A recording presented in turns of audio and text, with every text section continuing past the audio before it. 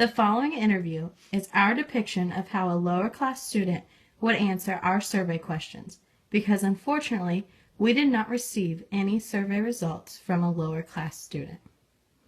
My name is Hannah Doyle and I will be the interviewer, and this is Nell, who I am interviewing. This is a survey that will contain a series of statements that will range from 1 to 5, 1 being strongly disagree, and 5 being strongly agree. The first question is, what is your age? I am 19 years old. Did you go to private or public school in your K through 12 experience? For the majority of my K through 12 experience, I went to a public school. What class did you consider your family to be in?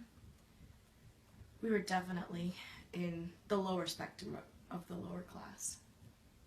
The lower class is more likely to be less educated, lazy, and not hardworking. So if this is from a scale of 1 to 5, I would go with a 2, so slightly disagreeing with that statement. Okay. Going to a lower class school would mean having less resources and lower quality teachers.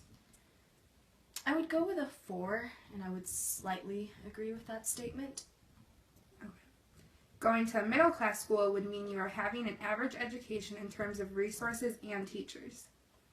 I would also slightly agree with that, so I'd go with a 4. Okay. And going to an upper class school would mean that there are more pressures to succeed and to be at the top. I think I would slightly disagree with that, so I would go with a 2. Okay. So now, based on your background of coming from a lower income school, what do you believe your school could have done to better improve the resources for your students?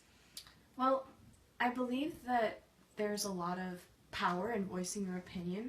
So maybe if parents had seen that their students were lacking resources, they could have written a letter to the school encouraging them to write a grant. There's a lot of different grants out there that administrators or teachers can fill out, and ultimately it brings in resources for the school. Something as simple as computers would have been extremely beneficial for me as a student, and I think it would have also equipped the students better for their next step in education, whether it be going to a university or a technical profession.